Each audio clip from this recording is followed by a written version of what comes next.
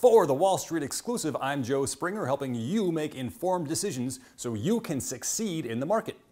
Welcome to the Daily Show. We've got a great show for you today. First, we're going to talk about Warren Buffett's retirement strategy. We're going to flesh it out a little bit more. We talked about it a little bit the other day for his widow and the strategy that probably is a little bit better, even if you're not a billionaire. We're going to flesh that out a little bit more. And then we're going to talk about why price to earnings ratios are like age, like 40 is the new 30 in age, or maybe 30 is the new 20 in price to earnings ratios. And then nobody liked yesterday's thunder angle, so we're going to do it a little bit better today. Okay, Warren Buffett has his 90% in the S&P 500, 10% in the short-term treasuries fund retirement plan for his widow if something were to ever happen to him. Okay, and so we're going to flesh that out a little bit more and talk about why that strategy is so good and what a non-billionaire can do to make it even better. And then everybody wants to substitute in their own stocks, so we'll look at that as well. Okay, here's a quote from Warren in his latest Berkshire letter. The unconventional but inescapable conclusion to be drawn from the past 50 years is that it has been far safer to invest in a diversified collection of American businesses than to invest in securities, treasuries, for example, whose values have been tied to American currency. That was also true in the preceding half-century, a period including the Great Depression and 2 world wars. Investors should heed this history. To one degree or another, it is almost certain to be repeated during the next century. Stock prices will always be far more volatile than cash equivalent holdings. Over the long term, however, currency-denominated instruments are riskier investments. Far riskier investments than widely diversified stock portfolios that are bought over time and that are owned in a manner invoking only token fees and commissions. That lesson has not been customarily taught in business schools where volatility is almost universally used as a proxy for risk. Though this pedagogic assumption makes for easy teaching, it is dead wrong. Volatility is far from synonymous with risk. Popular formulas that equate the two terms lead students, investors, and CEOs astray. Okay, so Warren is very famous for saying don't have be in stocks, own businesses. And so for his widow, did he say, be in all these bonds and things like that? He said, no, 90% S&P 500 and 10% short-term treasuries. Okay, so we're going to make 6 points here. Number one is that this is equities with a bond buffer. And so that theme, we're going to talk about what's good about that, having equities with a bond buffer. Number two, we're going to say why short-term bonds. We're going to flesh that out a little bit more. Number three, we're going to say, well, why treasuries instead of corporate debt? Number four, we're going to say why CDs are better if you're not a billionaire. Number five, we're going to suggest that the Vanguard Mid-Cap ETF is a little bit more advantaged, has some advantage rebalancing properties that might make it a little bit better than the S&P 500. And number six is when I wrote about my strategy over the summer, everybody loves their dividend growth stocks. Can I use those instead? Sure, and we'll talk about that. Okay. So here it is, how it works, the Warren Buffett retirement strategy amended for non-billionaires. Okay, equities with a bond buffer. So if you want to protect against inflation, what is inflation? Inflation is the cost of goods and services rising in dollar terms. So if you want to protect against inflation, against the cost of goods and services rising in dollar terms, a good way to do that is to own the businesses that sell goods and services whose costs are rising in dollar terms. And so there you go, you own the S&P 500 or the Vanguard Mid-Cap Fund. And so if you're a typical retiree might take like 4% a year distributions. And so in the years where the stock market is doing well, you can take your distribution out of the stock market. And if 2008 or 2000 happens and there's this huge crash, all you got to do is probably wait a couple of years. So if you have your short-term government bond fund, 10% short-term government bonds, you should be able to live off that for 2 or 2.5 years or so. And then your stocks should recover. Okay, equities with a bond buffer. I like it. Why short? So number two, why short-term bonds? Couldn't I get a better return? If short-term bond funds are paying like 0.4%, I'm going to lose money definitely on that with inflation over time. And it's like, well, yeah, probably.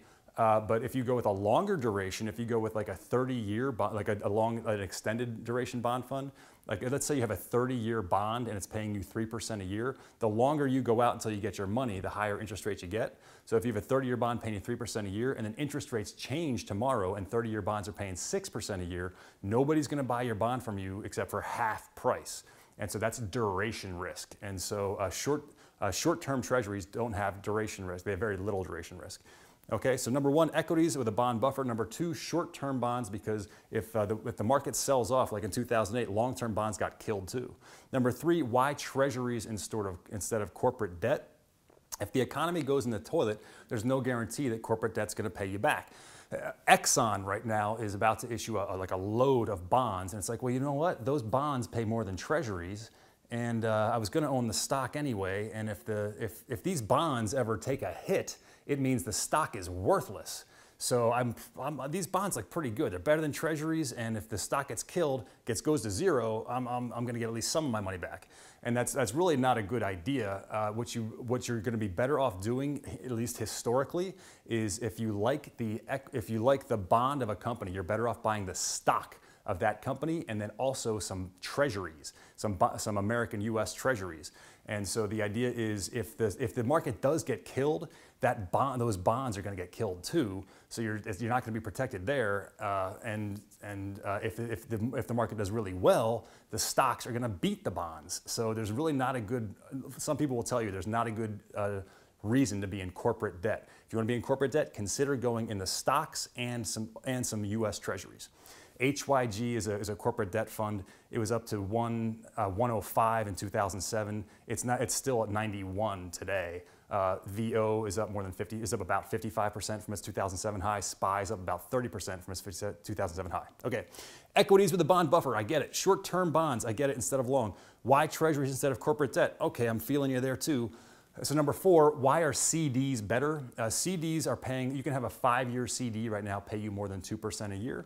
So you go to the bank, here's some money, pay me back in 5 years, give me 2% a year. If you did that with US Treasuries, you'd have to go out to 10 years, and there is duration risk there, there's interest rate risk there.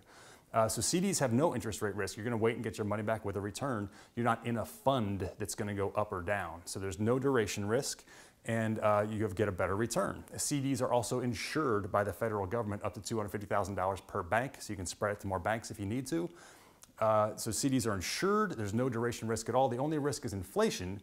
And so with this idea of having your stocks to cover you for inflation, and then have your CDs to cover you in case the market gets killed, what you can do, what I recommend doing, is making a CD ladder. So you take all the money you need for next year, put it in a CD to come back to you next year with a little return. Same thing for 2 years out, 3 years out. And if you did up to 7 years that way, historically, you would be covered through all of the squalls in the market. Even if you had the worst timing ever, and you just held for 7 years, you'd be okay again. You wouldn't have lost money.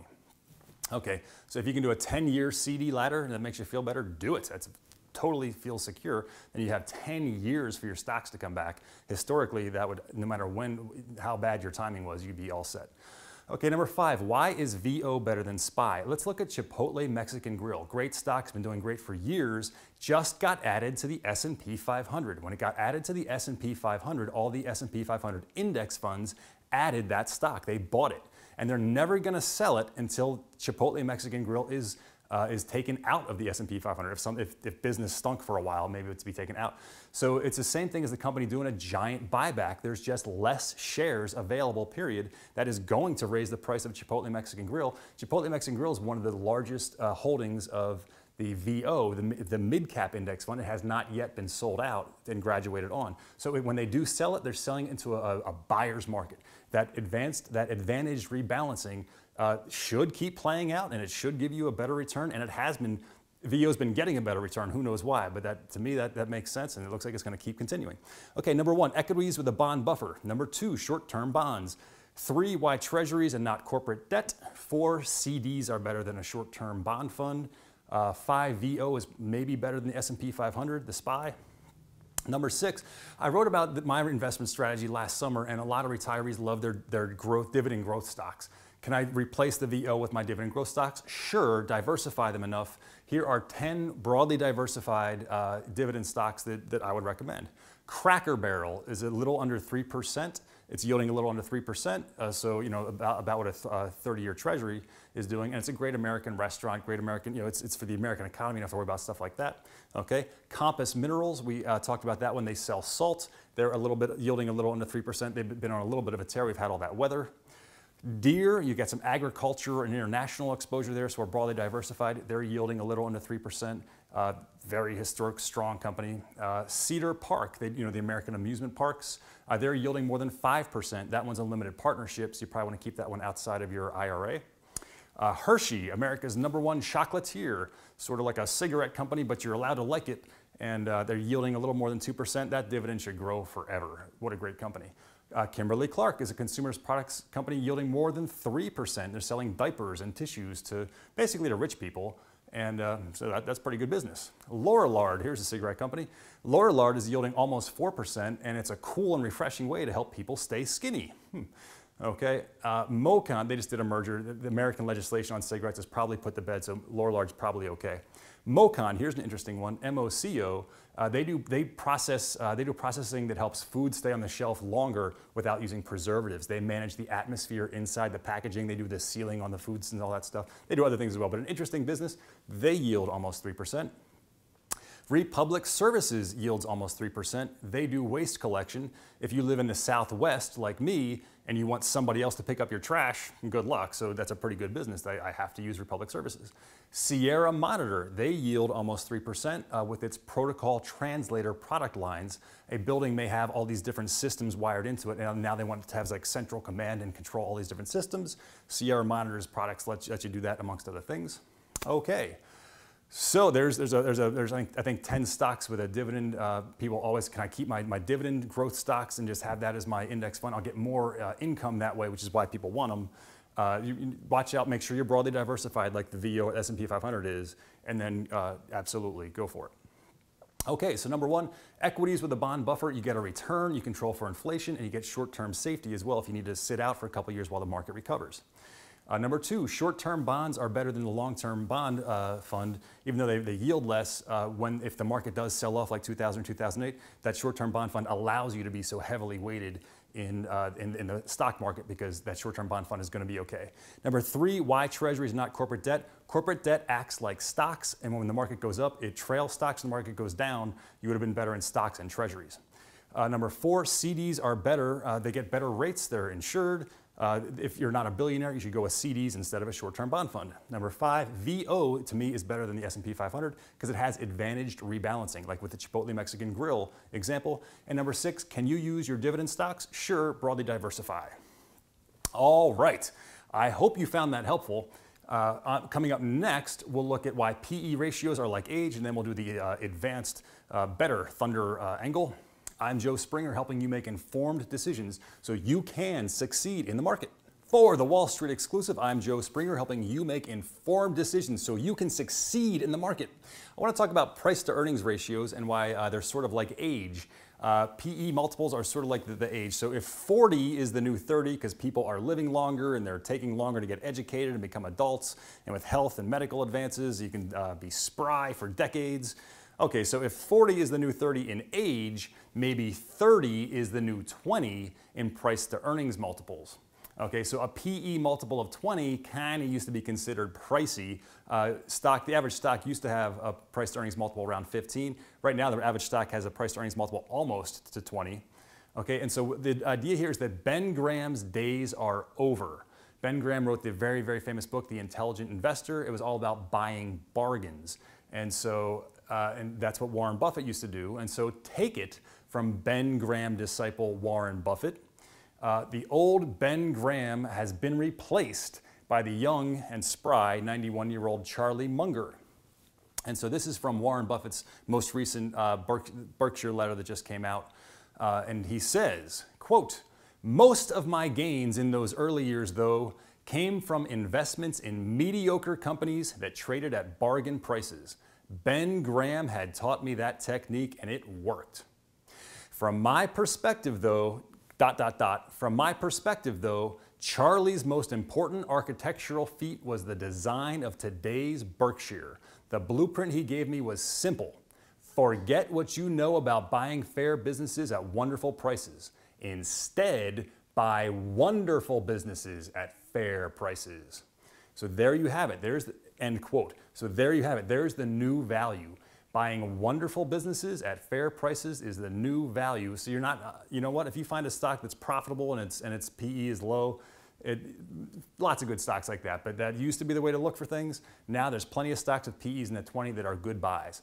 So lots of stocks with PEs in the 20s that do in fact represent the new value. Here are some. Hormel has a price to earnings ratio of 25. Meat and food distributor and processor, very well managed. They're going to keep compounding, making money. There's a great buy. Ecal, US Ecology has a PE of 26. They deserve a premium. There's 20 hazardous waste facilities in America. They own 5. They're in the multi-bag portfolio, up more than 25% since we added them. Badger Meter, PE of 28. They do flow measurement, great tailwinds of water, the scarcity of water. Now utilities are measuring more, and natural gas as well.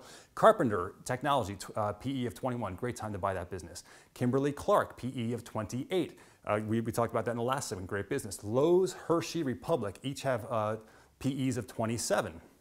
We've talked about each of those as well in the last segment. So those are all great businesses. Okay, so wonderful businesses at fair prices is the new value. Don't be afraid to buy something with a PE in the 20s. That's if it's a wonderful business and you have a long-term time horizon, that is a great strategy. Okay, I hope you found that helpful. I'm Joe Springer for the Wall Street Exclusive, helping you make informed decisions so you can succeed in the market. Coming up next, we have the new and improved Thunder Angle. For the Wall Street Exclusive, I'm Joe Springer, helping you make informed decisions so you can succeed in the market. Okay, let's do the Thunder Angle. We did the Thunder Angle yesterday where we do rapid fire stocks and a lot of them and quickly tell you our opinion. Nobody liked it, and so we're going to do a little bit different today. Jim Cramer has the lightning round. We have the Thunder Angle. Haha, get it? Okay, so we're gonna piggyback off of Jim Cramer last night. Here are 3 questions from the lightning round. One that we agree with, one that we disagree with, one that we agree with, and one that he needs to do more work on. Hey Jim, we'll do the work for you. Okay, number 1, American Mobile SAB. Cramer says it's too hard to know what will happen in Mexico. This is a Mexican telecom.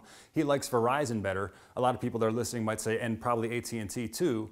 Okay, and I say, no! Those are, Verizon and AT&T are actually, they're pretty, as far as big, steady businesses go, they might be the scariest ones. Google has a mobile virtual network operating system, a new business, a mobile network virtual operating business. It's going to be a telecom, only it's going to use Wi-Fi. So if people are, always in the city, always around Wi-Fi, they can get a subscription service from Google, and then if they leave Wi-Fi, Google is said to be going to be piggybacking off of either Sprint or T-Mobile, who have service reseller deals with Google. So that Wi-Fi, and then they're not alone, Dish Network may do something similar. So instead of having all these towers, you may be able to just go over Wi-Fi to get the best customers, the people that are the richest, always in the city, stuff like that. And if it gets worse than that, it's likely that these voice communications will be loss leaders for Google and Dish, meaning that subscription to their service is not how they plan to make their money, but through selling ads or selling extra content is how they want to make their money. That's terrible for the competition, Verizon and AT&T. In addition, all telecoms have stinky customer service. I would know, I used to work at AT&T, singular AT&T, and so just by simply not being awful, Google could take market share. And so AT&T and Verizon are under attack by Google and Dish.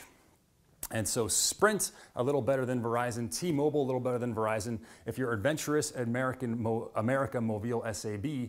Mexico might be the better place for telecoms for a while. You imagine in America, more Wi-Fi, more ways to steal from the competition, more ways to compete with AT&T and Verizon. Whereas in Mexico, you may need to be more of a traditional telecom player. So if you're a little bold, American Mobile SAB, kind of interesting. Sprint or T-Mobile if you want to be in a different telecom. Okay, so there's one we don't agree on. Here's one we do agree on with Mr. Cramer. Number 2, Mattress Firm Holdings. This is a bet on housing, and we agree with Jim Cramer that Home Depot and Lowe's are better places to make a bet on housing. If you watched our capital allocation piece yesterday, we like Lowe's, excellent capital allocators. We are, and then just in general, mattresses, beds, stuff like that, that's a bet on housing. So generally, if housing goes really nuts, then people buy houses, now they need to buy new beds and stuff like that. Okay, just so you know that. And then in general, we are against shorting, and we are not saying short this company, but the insiders have been bailing pretty big time, and it has a rich multiple of 45, and we really don't understand why it's so richly valued. So I would stay away from that one. Number 3 is Q2, QTWO for you home gamers. And Kramer needs to do some work on Q2. Well, allow me. And let's talk about the concept of vertically integrated value chains. Okay, so a vertically integrated value chain is an arrangement in which the supply chain of a company is owned by that company. So let's take, for example, ExxonMobil. ExxonMobil is going to go out and look for oil and gas deposits, drill those oil and gas deposits, extract the stuff, transport it themselves, refine it themselves, transport it again to the stores or the airports or whoever needs the fuel, and sell it themselves as well. That's vertically integrated. All along the supply chain, they owned and operated everything. And that used to sort of be the key to business in this country, at least 100 years ago, up through the year 2000 sort of thing. That was basically the key to business. And then there's another concept of deconstructionism, which is not even all that new, but is sort of seeming to play itself out, seemingly.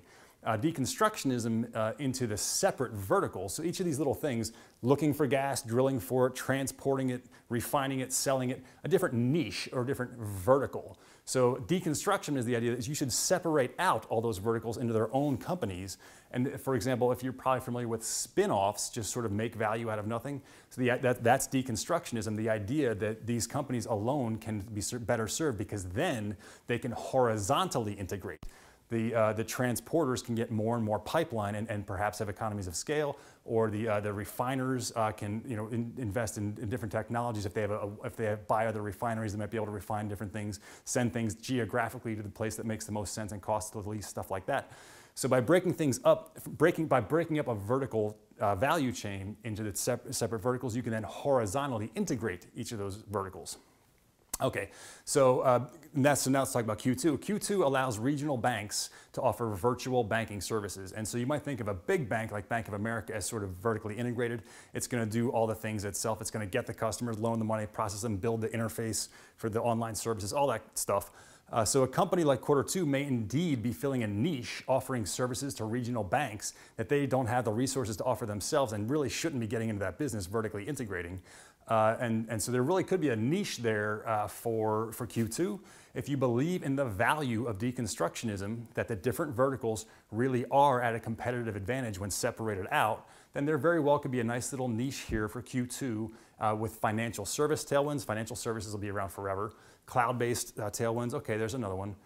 However, Wall Street exclusive enthusiasts should know that this precludes from buying. They're not profitable, so they're a spec, and the CEO, CFO, CTO, and chairman of the board have sold numerous times over the past few months and year, and millions of dollars worth too. So you know that means no to Q2, although interesting business. Okay. For the Wall Street exclusive, I'm Joe Springer. I hope you found that helpful, a lot more helpful than yesterday, I hope. And I'm Joe Springer, helping you make informed decisions so you can succeed in the market. Come back and see us tomorrow.